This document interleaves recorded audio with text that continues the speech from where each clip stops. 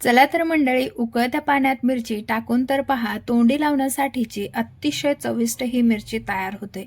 इथे पहा, आपण ना आज दही वगैरे काहीच न वापरता उकळत्या पाण्यात मिरची शिजवून तोंडी लावण्यासाठीची एकदम चटपटीत मिरची तयार करणार आहोत। त्यासाठी ना व्हिडिओ शेवटपर्यंत बघा। व्हिडिओ जरी आवडला तर एक लाईक नक्की करा। तर इथे ना पाणी उकळायला ठेवलं होतं। आता ह्या उकळत्या पाण्यामध्ये मिरची टाकून घेतली। आता ही मिरची ना आपल्याला शिजवून घ्यायची आहे। जोपर्यंत ती नखाने तुटत नाही ना, तोपर्यंत आपल्याला ही मिरची चांगलीशी शिजवून घ्यायची आहे। तर तुम्ही पाहू शकता, मिरची जशी जशी शिजत जाते ना, तसं तसं थोडासा पोपटी कलर यायला लागतो। तर पहा, इथे ना आपली मिरची छानशी शिजली गेलेली आहे।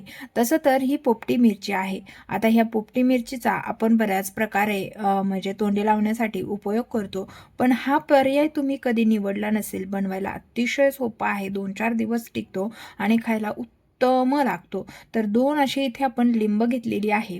आता ही लिंब ना स्वच्छ धुवून पुसून मगच कट करून घेतलेली आहे। आता या लिंबांमध्ये ना भरपूर प्रमाणात रस आहे।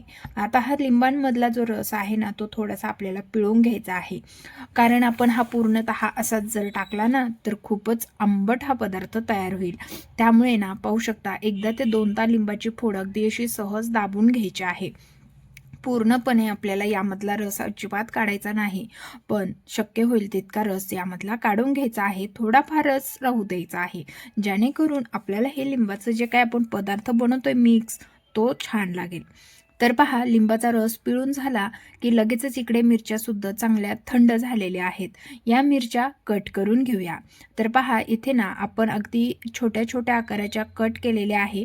तर तुम्ही ना थोड्याशा मोठ्या किंवा यापेक्षा छोट्या साईजमध्ये सुद्धा देखील कट करू शकता। याच पद्धतीने सर्व मिरच्या आपल्याला कट करून घ्यायच्या आहे। तर इथे ना अशाच पद्धतीने सर्व मिरच्या ज्या आहेत ना, त्या छोट्या छोट्या तुकड्यांमध्ये कट करून घेतलेल्या आहे। इथे ना देठाची मिरची तशीच ठेवलेली आहे, देठ न काढता, कारण देठाची मिरची मला तरी प्रचंड आवडते खायला। त्यानंतर इथे कढई ठेवली, कढईमध्ये तेल घातलं, तेलामध्ये जिरा मोहरी घातली आणि त्यानंतर घातली वरून कट करून शिजवून घेतलेली ही मिरची। आता ही मिरची आपल्याला एखाद्या मिनिटासाठी तेलामध्ये परतवायची आहे। त्यानंतर लगेचच आपल्याला यामध्ये घालायचे आहे लिंब। आता लिंबाच्या फोडी आपण यामध्ये घालून घेतल्या। आज आपण अगदी झटकीपट इन्स्टंट मस्त लिंबू मिरचीचे चटपटीत लोणचं किंवा तोंडी लावण्यासाठीचा पदार्थ देखील तुम्ही म्हणू शकता। तर यामध्ये ना थोडीशी हळद आणि जास्तीचं मीठ घालून घ्यायचं आहे। मिठामुळे हे लोणचं जे आहे ना, लिंबाचा आंबटपणा तसंच त्याला एक चटपटीतपणा आणण्यासाठी मीठ हे थोडंसं जास्त प्रमाणात घालायचं आहे। आता हे मिक्स करून घ्यायचं, यावरती झाकण ठेवायचं। तुम्हाला मी सुरुवातीलाच सांगितलेलं आहे, इन्स्टंट आणि चटपटीत तोंडी लावण्यासाठीचं हे लोणचं किंवा मिरची ही अतिशय सुंदर आहे। आणि तुम्हाला जर घरामध्ये लोणचं संपलं असेल आणि तोंडी लावण्यासाठी काय बनवायचं हा प्रश्न तुम्हाला पडत असेल, तर कुठेतरी फ्रीजमध्ये एखाद्या कोपऱ्यात पहा, पोपटी मिरची असेल किंवा साधी मिरची असेल, अशा पद्धतीने शिजवून घ्या आणि त्यामध्ये लिंबाच्या फोडी टाकून अगदी अवघ्या 5 ते 6 मिनिटांमध्ये हे लोणचं तयार करा।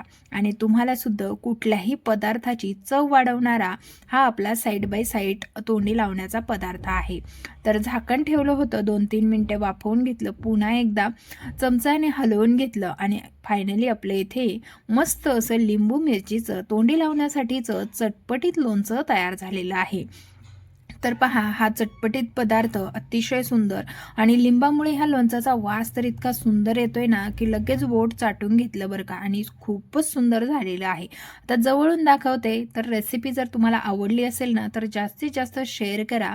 आपल्या चॅनलवरती पहिल्यांदा आला असेल तर चॅनलला सबस्क्राईब करा। भेटूया नवीन एका रेसिपीसह। धन्यवाद। शेअर करा।